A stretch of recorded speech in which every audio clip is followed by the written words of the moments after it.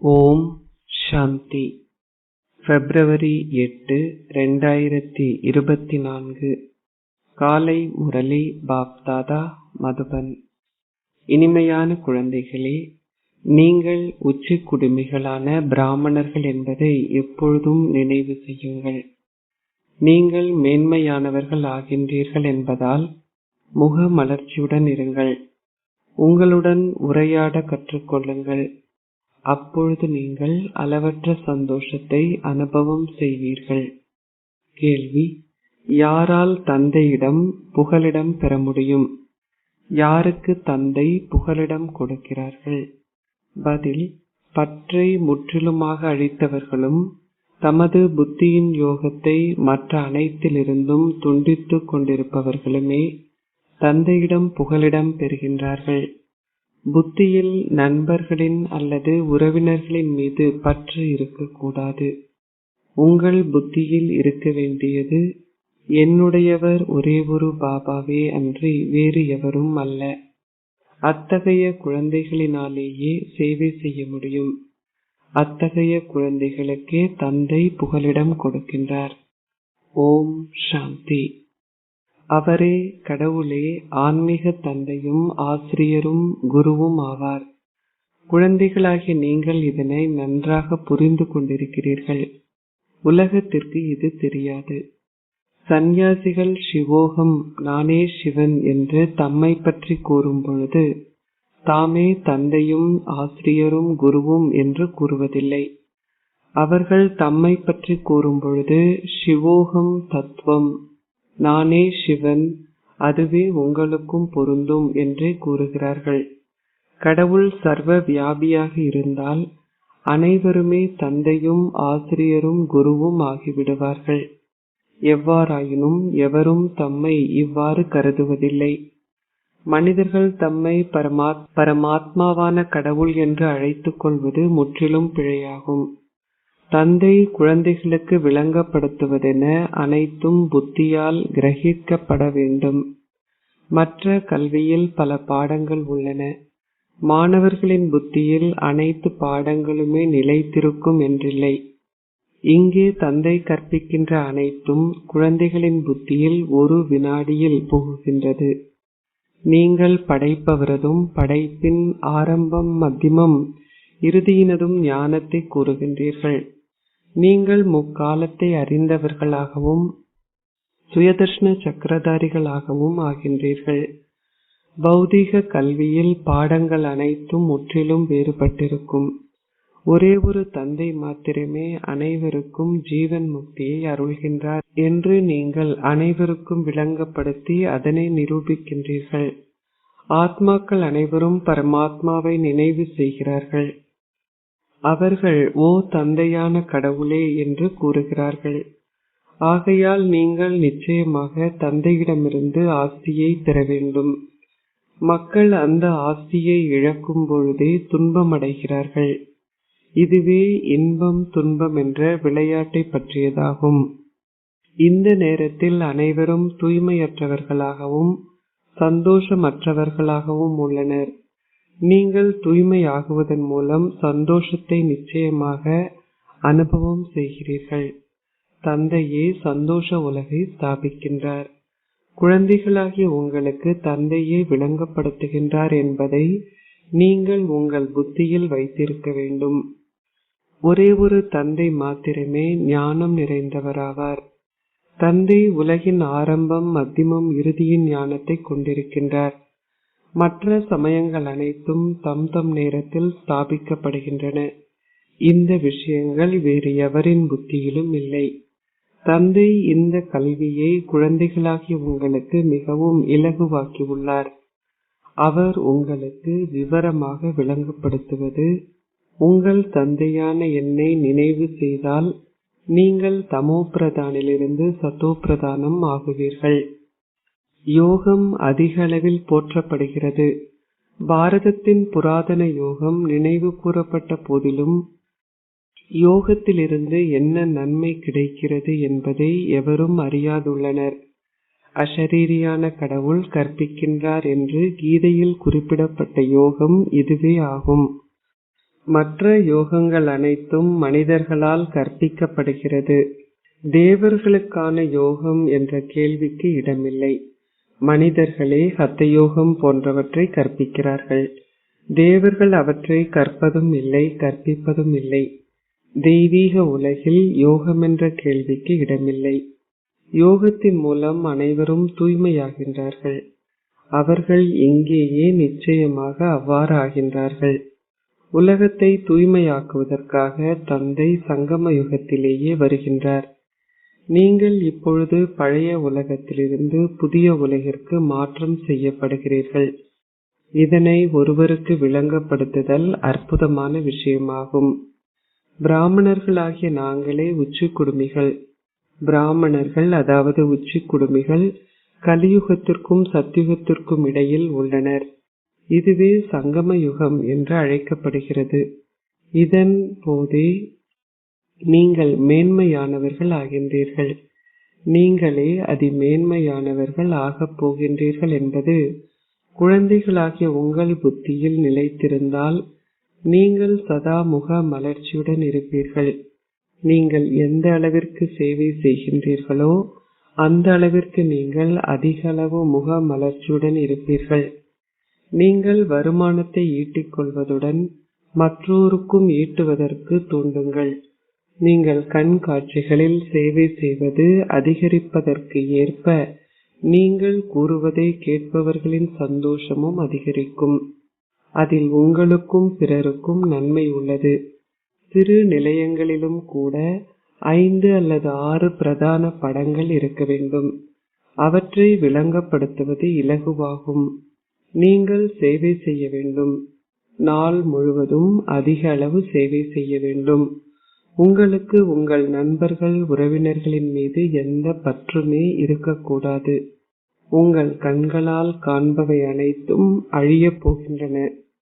எவ்வாறாயினும் நீங்கள் தெய்வீக காட்சிகளின் மூலம் கண்டவை அனைத்தும் ஸ்தாபிக்கப்பட வேண்டும்.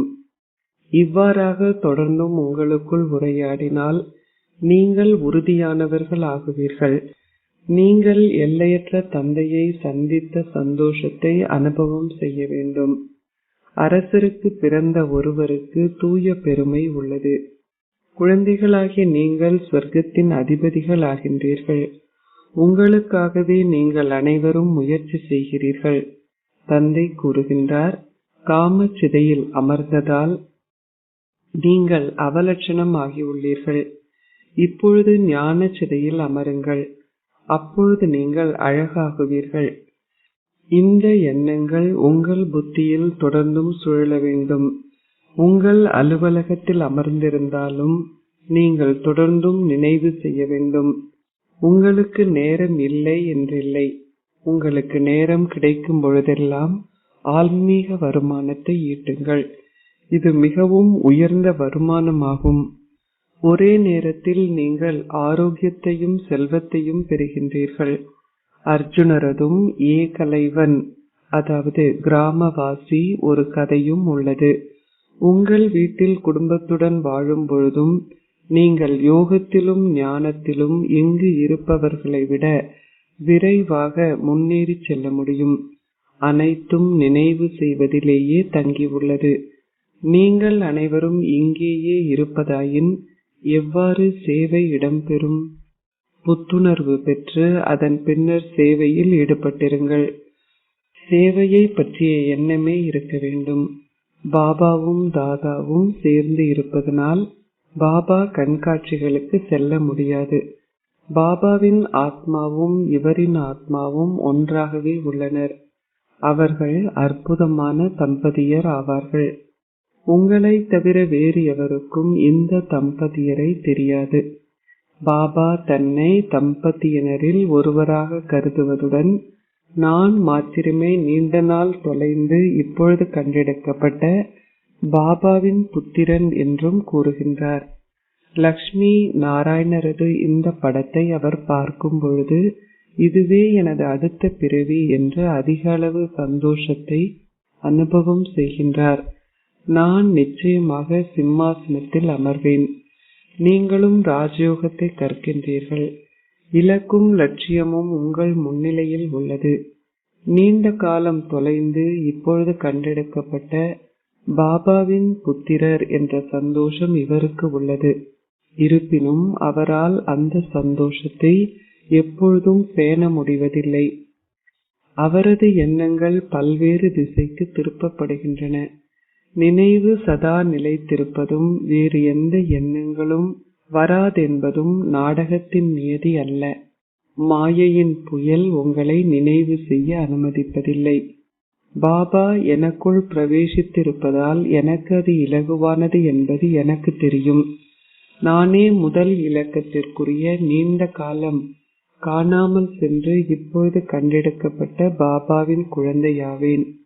நானே முதல் இலக்கத்து இளவரசனாவேன். இருப்பினும் நினைவு செய்ய நான் மறந்து விடுகின்றேன்.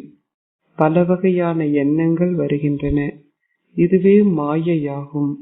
இந்த பாபாவிற்கு இந்த அனுபவங்கள் கிடைத்தால் மாத்திரமே அவரால் குழந்தைகளாகிய உங்களுக்கு அவற்றை விளங்கப்படுத்த முடியும். நீங்கள் உங்கள் கர்மாத்தீத் நிலையை அடையும் பொழுதே இந்த எண்ணங்கள் முடிவடையும். ஆத்மா முழுமை அடையும் பொழுதே ஷரீரம் இல்லாது போகும். சிவ் பாபா எப்பொழுதும் தூய்மையாகவே இருக்கின்றார். தூய்மையற்ற உலகிற்கு வந்து ஒரு தூய்மையற்ற ஷரீரத்தில் பிரவேசித்து இந்த தூய்மையற்ற உலகை தூய்மையாக்குவது அவரின் பாகமாகும். அவரும் இந்த நாடகத்திற்கு கட்டுப்பட்டவராவார். நீங்கள் தூய்மை ஆகும் பொழுது உங்களுக்கு ஒரு புதிய ஷரீரம் தேவையாகும். சிவ் பாபாவிற்கு தனக்கென ஒரு ஷரீரம் இல்லை. இந்த ஷரீரத்தில் உள்ள இந்த ஆத்மாவிற்கே பிரம்மா பாபாவிற்கு முக்கியத்துவம் கொடுக்கப்பட்டுள்ளது. அவரிடம் என்ன உள்ளது? அவர் முரளியை பேசி விடை பெற்று சென்றதும் அவர் விடுதலை அடைகின்றார். சில நேரங்களில் அவர் இங்கு வருகின்றார். சில நேரங்களில் அவர் வேறு எங்காவது செல்கின்றார். சிவ் பாபாவே முரளியை கூறுகின்றார் என்று குழந்தைகளாகி நீங்களும் உணர்கின்றீர்கள். தந்தைக்கு உதவி செய்யவே நீங்கள் இந்த இறை சேவையில் ஈடுபட்டிருக்கின்றீர்கள் என்பதை குழந்தைகளாகிய நீங்கள் புரிந்து கொண்டிருக்கிறீர்கள். தந்தை கூறுகின்றார், நான் எனது இனிய வீட்டை விட்டு உங்களுக்காகவே வருகின்றேன். பரந்தாமம் என்றால் அப்பால் உள்ள பரதேசமான அஷரீரி உலகமாகும். எவ்வாறாயினும் முழு நாடகமும் இந்த பூமியிலேயே இடம்பெறுகிறது. இது ஓர் அற்புதமான நாடகம் என்பதை நீங்கள் புரிந்துள்ளீர்கள். எவ்வாறாயினும் ஒரே ஒரு உலகமே உள்ளது. அம்மக்கள் சந்திரனுக்கு செல்வதற்கு முயற்சி செய்கிறார்கள். இது விஞ்ஞான சக்தியாகும். நாங்கள் மௌன சக்தியினால் விஞ்ஞானத்தை வெற்றி கொள்ளும் பொழுது விஞ்ஞானமும் சந்தோஷத்தை கொடுக்கும். இங்கே விஞ்ஞானம் சந்தோஷத்தையும் துன்பத்தையும் கொடுக்கிறது. அங்கே சந்தோஷத்தை தவிர வேறு எதுவும் இல்லை. அங்கே துன்பம் என்பதன் சுவடே இருக்க முடியாது. இந்த விஷயங்கள் நாள் முழுவதும் உங்கள் புத்தியில் நிலைத்திருக்க வேண்டும். பாபாவிற்கு பல எண்ணங்கள் உள்ளன. பந்தனத்தில் உள்ளவர்கள் நச்சுக்காக அதிக அளவு துன்பப்படுத்தப்படுகிறார்கள். எவ்வாறாயினும் சிலர் பற்றினால் சிக்கிக் கொள்கிறார்கள். புத்தியில் நம்பிக்கை உள்ளவர்கள் உடனடியாகவே நாங்கள் அமிர்தத்தை பருக வேண்டும் என்று கூறுகிறார்கள். இதற்கு நீங்கள் பற்றை அழிப்பவர்கள் ஆக வேண்டும். பழைய உலகத்திலிருந்து உங்கள் இதயம் அகற்றப்பட வேண்டும். அத்தகைய சேவை செய்பவர்களே இதய சிம்மாசனத்தில் அமர முடியும். அவர்களுக்கு புகலிடம் கொடுக்க முடியும். ஒரு குமாரிக்கு கணவனால் புகலிடம் கொடுக்கப்பட்ட போதிலும் அவர் நஞ்சு இல்லாது இருக்க அனுமதிக்கப்படுவதில்லை. எனவே அவர் தந்தையிடம் புகலிடம் பெற வேண்டி உள்ளது. எவ்வாறாயினும் நீங்கள் முற்றிலும் பற்றை அழிக்க வேண்டும். நாங்கள் கணவர்களுக்கெல்லாம் கணவரை சந்தித்துள்ளதால் நாங்கள் எங்கள் புத்தியின் யோகத்தினால் அவருடன் நிச்சயிக்கப்பட்டுள்ளோம். என்னுடையவர் ஒரே ஒருவரே அன்றி வேறு எவரும் இல்லை. ஒரு குமாரி தனது கணவரின் மீது அன்பு கொண்டிருப்பதை போன்று இந்த ஆத்மாவின் அன்பு பரமாத்மாவுடன் இருக்க வேண்டும். அவரிடமிருந்து, அதாவது லௌகீக கணவரிடமிருந்து நீங்கள் துன்பத்தையே பெறுவீர்கள். ஆனால் இவரிடமிருந்து நீங்கள் சந்தோஷத்தை பெறுகின்றீர்கள். இது சங்கம யுகமாகும். இதனை பற்றி எவருக்கும் தெரியாது. உங்களுக்குள் அதிக அளவு சந்தோஷம் இருக்க வேண்டும். எங்களை பூந்தோட்டத்திற்கு அழைத்து செல்கின்ற படகோட்டியையும் தோட்டக்காரரையும் நாங்கள் சந்தித்துள்ளோம். இந்த நேரத்தில் மனிதர்கள் அனைவரும் முட்களை போன்று ஆகியுள்ளனர். காமமே மிகப்பெரிய முள்ளாகும். முதலில் நீங்கள் விகாரமற்ற மலர்களாக இருந்தீர்கள். அதன் பின்னர் உங்கள் சொர்க்க கலைகள் தொடர்ந்தும் குறைவடைந்து இப்பொழுது நீங்கள் பெரிய முட்களாகி உள்ளீர்கள். பாபா பாபுல்நாத் முட்களின் பிரபு என்று அழைக்கப்படுகின்றார். ஆதியான பெயர் சிவன் என்பது இப்பொழுது உங்களுக்கு தெரியும். அவர் முட்களை மலர்களாக்குவதால் பாபுல்நாத் என்று அழைக்கப்படுகின்றார். பக்தி மார்க்கத்தில் அவருக்கு பல பெயர்கள் கொடுக்கப்பட்டுள்ளன. உண்மையில் சிவன் என்ற ஒரு பெயர் மாத்திரமே உள்ளது. ருத்ர ஞான யாகம் என்று கூறினாலும் சிவ ஞான யாகம் என்று கூறினாலும் இரண்டும் ஒன்றே ஆகும். ருத்ர யாகத்தில் இருந்தே விநாச ஜுவாலையும் கிருஷ்ணதாமமும், அதாவது ஆதி சனாதன தேவ தர்மமும் உருவாகியது. இந்த யாகத்திலிருந்தே நீங்கள் மனிதர்களில் இருந்து தேவர்கள் ஆகின்றீர்கள். அவர்கள் மிகவும் அற்புதமான படங்களை தயாரிக்கிறார்கள். பிரம்மா விஷ்ணுவின் தொப்புள் கொடியிலிருந்து உருவாகுவதை போன்று காட்டுகிறார்கள். உங்களுக்கு இவை அனைத்தும் தெரியும். பிரம்மாவும் சரஸ்வதியுமே லக்ஷ்மியும் நாராயணனும் ஆகின்றார்கள் என்பது உங்களுக்கு தெரியும். உங்களுக்கு இந்த நம்பிக்கை உள்ளது. லக்ஷ்மியும் நாராயணரும் 84 பிறவிகளை எடுத்த பின்னர் பிரம்மாவும் சரஸ்வதியும் ஆகின்றார்கள். இந்த விஷயங்களை கேட்கும் பொழுது மக்கள் ஆச்சரியப்படுகிறார்கள். அவர்கள் சந்தோஷத்தையும் அனுபவம் செய்கிறார்கள். எவ்வாறாயினும் மாயையும் குறைந்தவள் அல்ல. காமமே கொடிய எதிரியாகும்.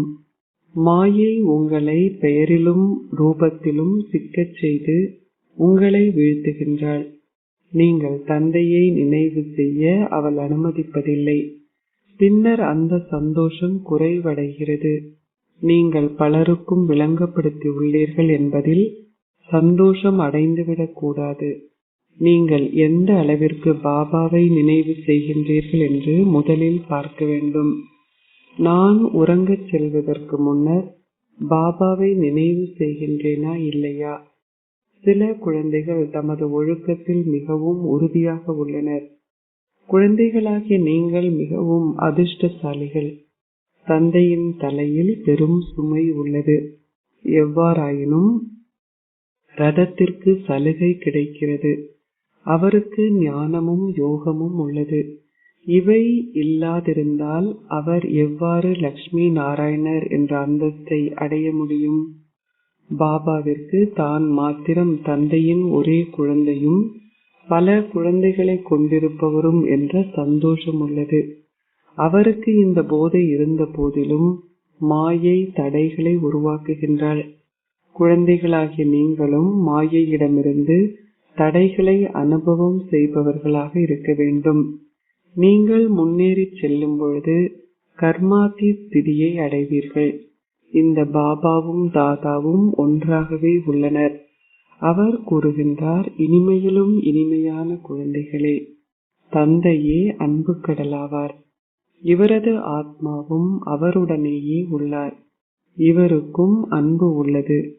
தான் செய்கின்ற செயல்களை பார்க்கின்றவர்களும் அதையே செய்வார்கள் என்பதை அவர் புரிந்து கொள்கின்றார். நீங்கள் மிகவும் இனிமையாக இருக்க வேண்டும். குழந்தைகளாகிய நீங்கள் மிகவும் விவேகமானவராக இருக்க வேண்டும். இந்த லக்ஷ்மியும் நாராயணரும் எவ்வளவு விவேகமாக உள்ளார்கள் என்று பாருங்கள். அவர்கள் விவேகமாக இருப்பதன் மூலம் உலக ராஜ்யத்தை பெறுகிறார்கள். கண்காட்சிகளின் மூலம் பல பிரஜைகள் உருவாக்கப்படுகிறார்கள். பாரதம் மிகவும் பெரியது என்பதால் நீங்கள் அதிக அளவு சேவை செய்ய வேண்டும். இரண்டாவதாக, நீங்கள் நினைவில் நிலைத்திருந்து உங்கள் பாவங்களை அழித்துக் கொள்ள வேண்டும். நாங்கள் தமோ பிரதானிலிருந்து சதோ பிரதான் ஆகுவது எவ்வாறு என்பதே மிகவும் சிறந்த அக்கறையாகும். இதற்கு முயற்சி தேவையாகும். சேவை செய்வதற்கு அதிக அளவு சந்தர்ப்பங்கள் உள்ளன. நீங்கள் புகைவண்டியில் பேட்சை அணிந்தவாறு சேவை செய்ய வேண்டும். இது பாபாவும் இது ஆஸ்தியும் ஆகும். பாரதம் 5000 வருடங்களுக்கு முன்னர் நிச்சயமாக ஸ்வர்க்கமாக இருந்தது. அது லக்ஷ்மி நாராயணனின் ராஜ்யமாகும். அவர்களின் ராஜ்யம் நிச்சயமாக மீண்டும் வர வேண்டும்.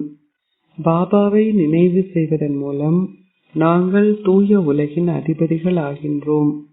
புகை வண்டியில் அதிக அளவு சேவை செய்ய வேண்டும்.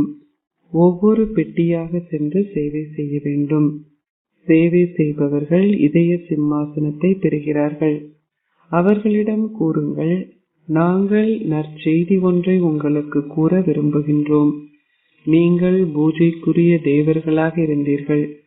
பின்னர் 84 பிறவிகளின் போது நீங்கள் பூஜிப்பவர்கள் ஆகியுள்ளீர்கள். இப்பொழுது மீண்டும் பூஜைக்கு உரியவர்கள் ஆகுங்கள். ஏனி படம் மிகவும் நல்லது. அதை பயன்படுத்தி சத்தோ ரஜோ தமோ ஸ்திதிகளை நிரூபிக்கலாம். பாடசாலைகளில் பரீட்சை காலத்தின் போது மாணவர்களுக்கு பாய்ந்து முன்னேறுவதில் ஆர்வம் இருக்கும். இங்கேயும் நேரத்தை வீணாக்குபவர்கள் ஓடோடி சேவை செய்ய வேண்டும் என்று விளங்கப்படுத்தப்பட்டுள்ளது. சேவை செய்வதற்கு அதிக இடம் உண்டு. பாபா அனுப்புகின்ற இடங்களுக்கு சென்று சேவை செய்யக்கூடிய புத்திரிகள் பலர் வெளிப்பட வேண்டும். ஆலயங்களில் நல்ல சேவைகள் செய்யலாம். தேவ தர்மத்தை சார்ந்தவர்கள் உடனடியாகவே புரிந்து கொள்வார்கள். கங்கையில் நீராடச் செல்கின்ற இடங்களுக்கு சென்றதும் நீங்கள் விளங்கப்படுத்தலாம். அவர்களின் இதயம் இதனை நிச்சயமாக ஏற்றுக்கொள்ளும். அச்சா, இனிமையிலும் இனிமையான அன்பிற்குரிய எப்பொழுதோ காணாமல் சென்று இப்பொழுது கண்டெடுக்கப்பட்டிருக்கும் குழந்தைகளுக்கு உங்கள் தந்தை தாயாக இருக்கும் பாப் தாதாவின் அன்பும் நினைவுகளும் காலை வந்தனங்களும். ஆன்மீக தந்தை ஆன்மீக குழந்தைகளுக்கு நமஸ்தே கூறுகின்றார். ஆன்மீக குழந்தைகள் ஆன்மீக தந்தைக்கு நமஸ்தே கூறுகின்றோம். தாரணைக்குரிய சாரம் 1. சதா முக மலர்ச்சியுடன் இருப்பதற்கு ஆன்மீக சேவை செய்யுங்கள். உண்மையான வருமானத்தை சம்பாதிப்பதுடன் பிறரும் வருமானம் ஒன்றை ஈட்டுவதற்கு தூண்டுங்கள். உங்களுக்கும் பிறருக்கும் நன்மை செய்யுங்கள். புகை வண்டியில் உங்கள் பேட்ச் மூலம் சேவை செய்யுங்கள். 2. பழைய உலகத்திலிருந்து உங்கள் இதயத்தை அகற்றுங்கள். பற்றை வென்றவர்கள் ஆகுங்கள். ஒரே ஒரு தந்தையின் மீது உண்மையான அன்பை கொண்டிருங்கள். ஆசீர்வாதம்.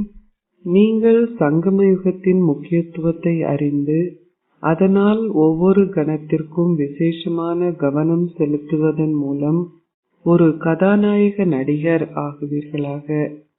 ஒவ்வொரு செயலை செய்யும் பொழுதும் சதா இந்த ஆசீர்வாதத்தை உங்களின் விழிப்புணர்வில் வைத்திருங்கள். நான் ஒரு கதாநாயக நடிகர். அப்பொழுது உங்களின் ஒவ்வொரு செயலும் விசேஷமாக இருக்கும். அதனால் ஒவ்வொரு வினாடியும் ஒவ்வொரு கணமும் ஒவ்வொரு எண்ணமும் மேன்மையாக இருக்கும். 5 நிமிடங்கள் மட்டுமே சாதாரணமானவை என உங்களால் சொல்ல முடியாது. சங்கம யுகத்தின் 5 நிமிடங்களும் மிகவும் முக்கியமானவை. இங்குள்ள 5 நிமிடங்களும் அங்குள்ள 5 வருடங்களை விட மகத்தானவை. அதனால் நேரத்தில் கவனம் செலுத்துங்கள். அனைத்து நேரத்திலும் உங்களின் ராஜ்ய பாக்கியத்தை பெறுவதற்கு அனைத்து நேரத்திலும் கவனம் செலுத்துங்கள். ஸ்லோகம். தமது எண்ணங்களில் திட சங்கற்ப சக்தியை கொண்டிருப்பவர்களுக்கு ஒவ்வொரு பணியும் சாத்தியமானது. ஓம் சாந்தி.